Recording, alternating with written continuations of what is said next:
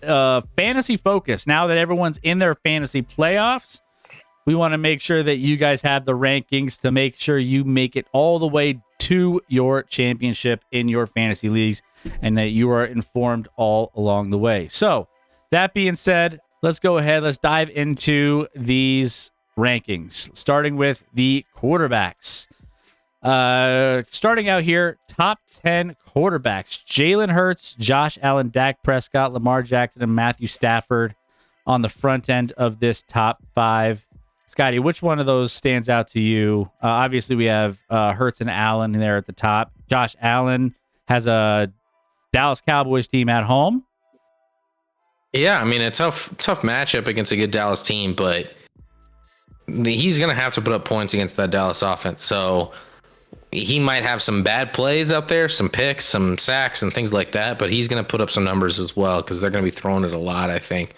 Jalen Hurts and that tush push, just keep it rolling. We didn't talk about that game, but they need to get right. I think they're Monday night against Seattle. So an opportunity there against a defense that's been struggling lately. A lot of the same names at the top. Matthew Stafford, higher than we've probably ever had him in these rankings. Again, maybe I'm biased because I think against a Washington defense that's just a dumpster fire, he's gonna put up points, and they've been hot recently offensively. They've been playing well. I think the Rams might be the one team in the NFC, if they end up making the playoffs, which is still a big if, that maybe is that one squad you don't want to play in the first round on the NFC side. I thought it might be the Packers. They tripped up. They still could be that team as well, but obviously didn't look as well. Matthew Stafford, by the way, 23 points in each of his last 23 fantasy points in each of his last 3 weeks. Yep. Pretty damn good. Down the stretch of this one, Justin Fields comes in here.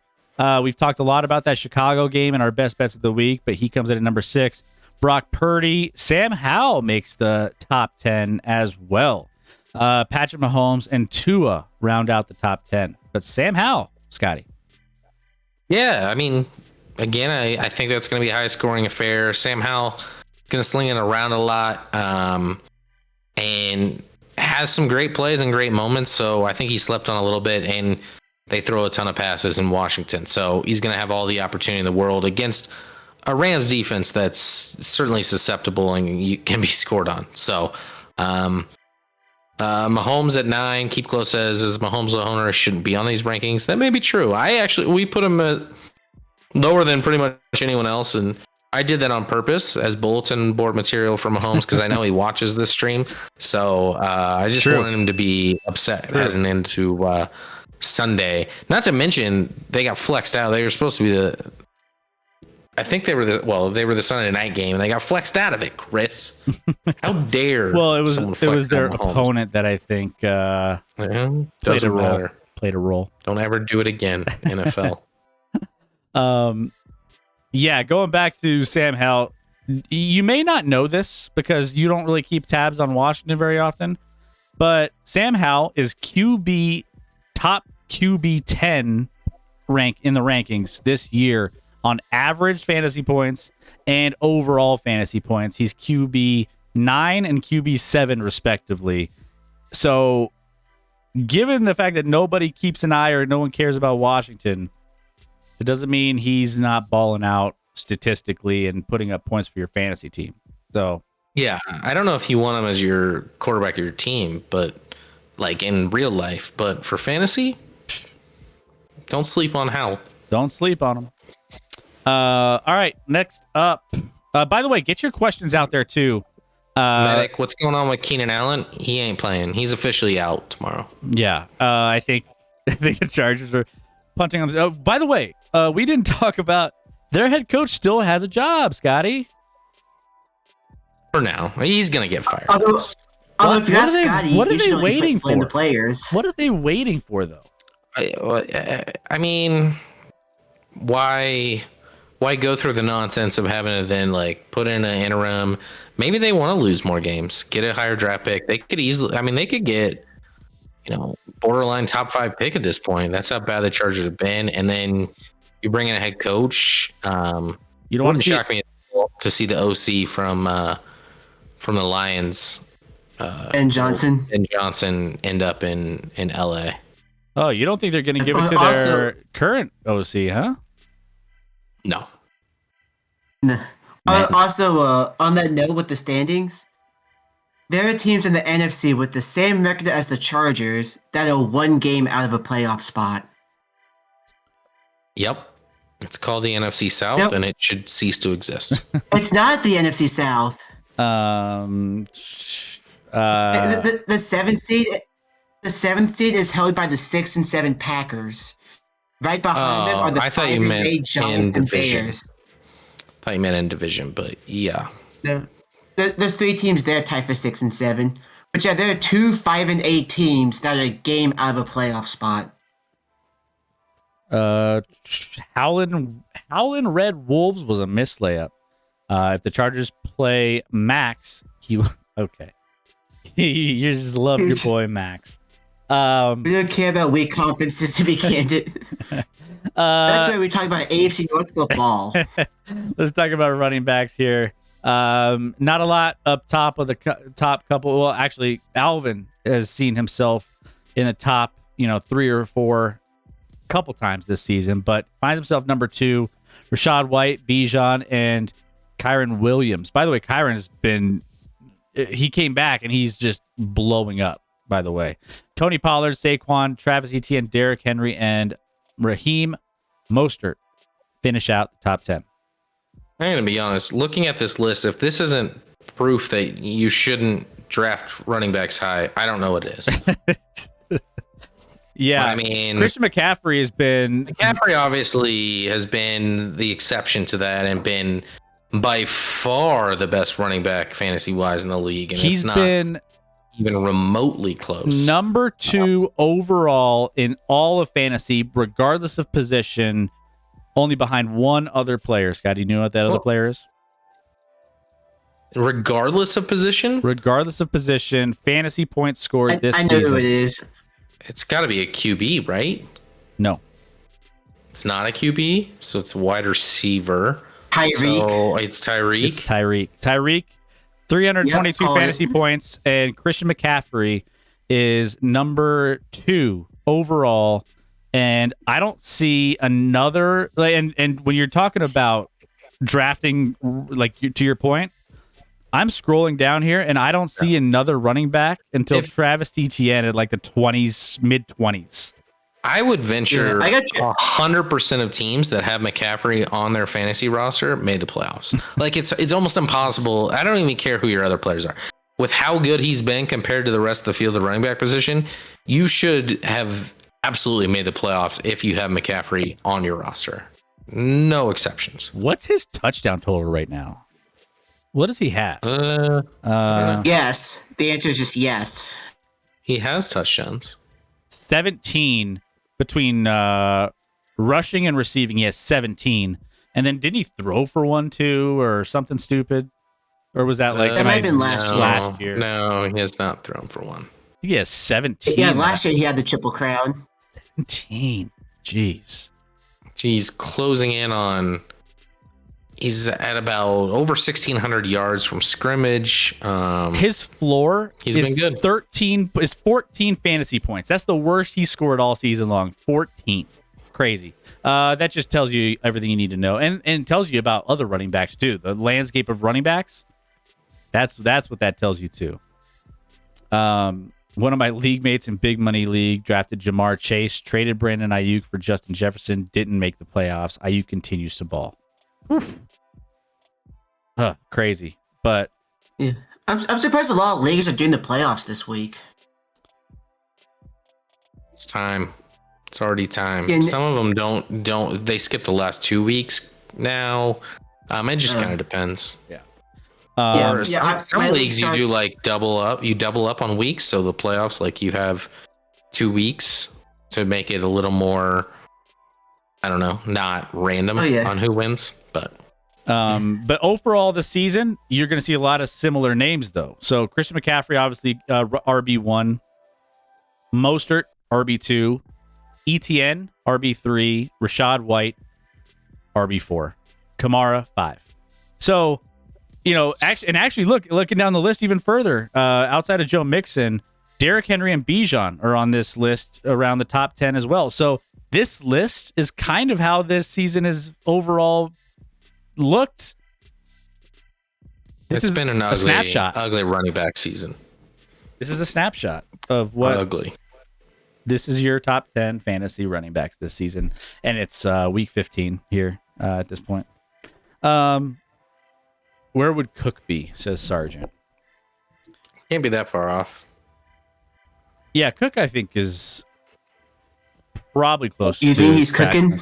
He's cooking. He's cooking it up. It's tough. Yeah, it's an ugly season for fantasy and period, Scotty. Yeah, that's fair. So yeah, James Cooks has been nice. I don't know. I mean, a tough matchup against Dallas, and he still doesn't get as many touches or goal line touches specifically as some of these guys do. That's the issue. Yeah. Just let Josh Allen get it in. Let's get a wide receiver. Hi-yo. Yep.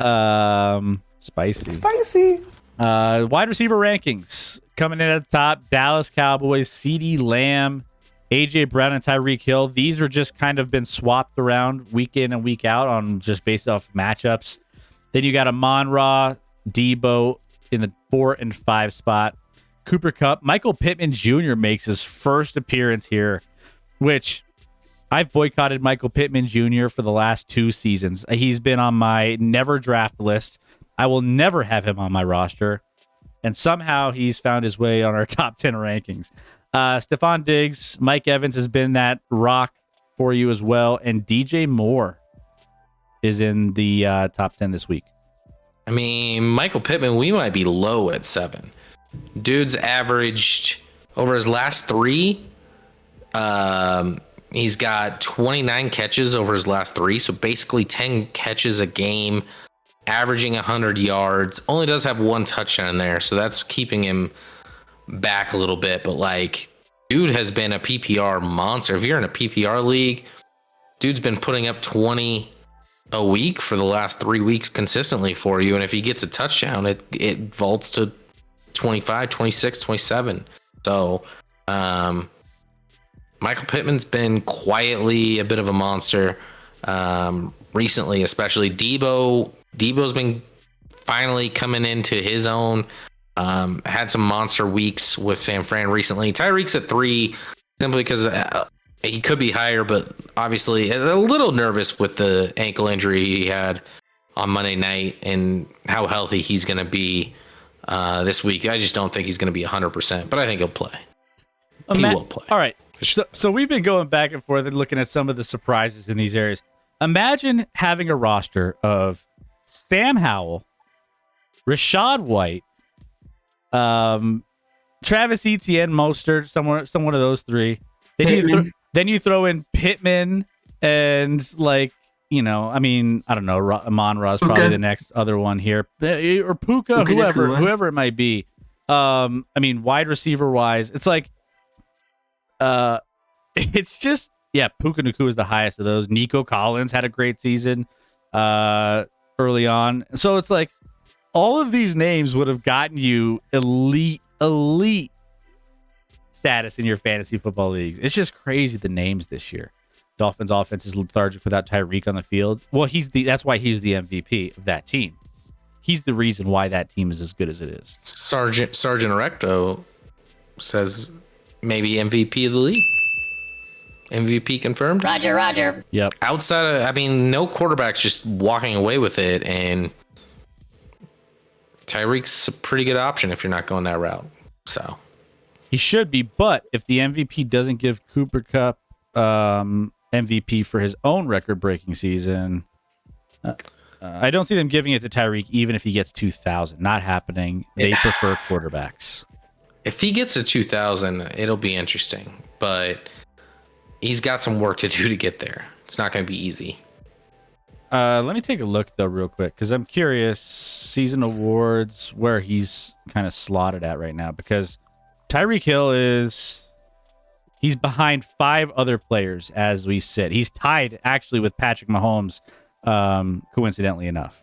for MVP odds. Who knew? Yeah, I mean, he's at 1542, so he's basically got to average a little more than about $1.15 or so in the last 4. Yeah. 115 yards a game to get to 2,000. So we'll see. Of the top 8 MVP candidates, Tyreek Hill is the only one that's not a non-quarterback. Random Laker player of the stream, Adam Morrison. Hey, go Zags. Thank you, P3, for the random player and the bits. Appreciate that, always. Welcome in. Good to have you. Yeah, it's all quarterbacks up there. So he would need to do something crazy in the last couple weeks. Tight ends. Here we go. It's a lot of the same here as well. Travis Kelce coming into the top. Who can drink 5 liters of petrol and not become ill? Jerry can. Just went to get my glasses fixed and you'll never guess who I ran into when I was there. That's right, everyone. My mom has forbidden me from making any more breakfast puns. She says if I do, I'm toast. My dad keeps egging me on. He's such a ham. Did you hear about the optician who made the biggest pair of glasses in the world? It was a huge spectacle. Hey. Hi-yo. Love it. Thank you so much, P3. As always bringing the hot jokes. Always lightening the mood. Chargers or Raiders? For what? Option C. Meteor. To choose? To choose? Yeah, none of the above. Meteor strike. Option C, the nuke. Coincidentally enough, well, if it's straight up, I don't know. Straight up, Straight up, I take Vegas. You got Easton Stick, no Keenan Allen. They have to throw a lot of passes to Quentin Johnson, who's basically a Chiefs receiver at this point. I would take the Raiders. I would lean Raiders as well, but I don't love it. Travis Kelce, Hawkinson, Laporta, Kittle, McBride, our boy. Then we got those 5 are obvious to me, and then the back 5 are kind of. Yeah, and Njoku had a nice week last week. Jake Ferguson has been interesting. Jake Ferguson has been solid. Likely has been. I mean, he had a nice week filling in for Mark Andrews in Baltimore. Evan Ingram had a tutty last week, I think, and Kincaid continues to be an option there for. Ingram was the top tight end last week. Was he? Yeah. Of course. Or at least in PPR, he was. 32? That's decent. Decent. You know what's funny is we're kind of getting to the end of this fantasy league season, and we're getting towards the end of the season, and it just feels like we're so much closer to the end than we actually are. It's only week 15. We still got some time, but yet here we are. It's crazy. So yeah, anything else on the tight ends here, Scotty? Sergeant Electro had it right. Ingram is the ultimate tight end 9. I feel like I've had him 8 through 10 every week, and he just lands there every week. Key Close isn't happy about the comment on Quentin Johnson, which is completely accurate. And just take off your TCU glasses, dude. Dude's been a disaster this year. Yeah, keep close. It's hard to not say that he's been a disaster. It's been rough. It's been really rough. When season is over, are you guys gonna have a different stream time? I hope not. No. Loudly crying. Nope. No, we will continue. We've been doing this for going on 3 years in the next couple weeks. So we'll celebrate that, but we go every Wednesday, Sunday, and then also Thursdays have been periodic, but we're trying to make those more of a regular thing. So yeah, no, we are going to be rocking and rolling with you even when the season ends. I know you had a mini panic attack when you thought that, Scotty and I are going to disappear once the season ends. No, not true. We will be with you all throughout the offseason because we still have basketball, we have hockey, we have all the other things happening around the sports world. We got some new off-season content coming up. And we got soon. some more off-season content coming your way that we're kind of putting together. So it's going to be a lot of fun. I think we might be doing some more community-style shows where maybe it's not an emphasis on necessarily sports. It has a lot of that to do with it. We'll talk sports, but maybe we do some more community stuff and Or sandwich debates. And movie debates and all sorts of fun stuff. I think could be a lot of fun for you guys too. So, and go Dodgers. go Dodgers. Gross. Thank you, P3, for the bits, even with that message. Defensive special teams rankings coming into this one. Dolphins, Niners, Chiefs, Saints, and Raiders. And these are all, again, matchups. A lot of the matchups just seem to be fitting for how these are ranked. The Dolphins playing the Jets, right? We got, the Falcons on the back end of this at number 10 at Carolina. So Raiders and Chargers playing each other. No one's going to score in those matchups. So Chiefs obviously still have an easy matchup with New England. Whether or not they're going to score is a question. So a lot of the matchups, keep an eye on those as well. Remember, guys, there's games Saturday, so make sure you set your lineups if you're in the playoffs this week early. Yeah, I mean, it's all about matchups here, but and even Thursday, if you have Chargers or Raiders players, hopefully you just have their defenses, because otherwise it might be a struggle. I think Holy Ash said I need Eckler to pop off. He is very much not going to pop off. I don't see that happening. The only good thing about Eckler is that he's going to get a lot of touches. Maybe, but how many touches do you get when you go 3 and out all the time? Fair enough. You should be familiar with that. I'm sorry, that was unnecessary. My bad.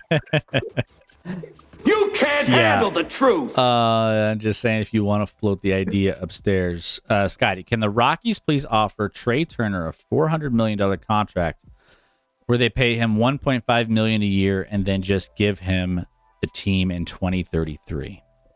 We cannot. But good question. Good question. Trey's under contract for 12 more years? I know we're almost done here, but I have to do another code yellow. All right, one more code yellow. Guys, any other questions you have fantasy-wise, throw them into the chat while we are getting close to wrapping things up. I'm going to go ahead. We are now at the end of the show here, so we will see who we're going to raid. I might as well do that right now. Juke's on. Ooh, Robbie Fantana's on too. So there is a piece of news we haven't gotten to yet today from the NFL. Yeah, what do you got? What The NFL is looking to expand their international outreach. In 2024, they're going to have a game in Brazil. Brazil, huh? And then I forgot if it's 24 or 25, but they're looking to expand the amount of international games from 4 to 8.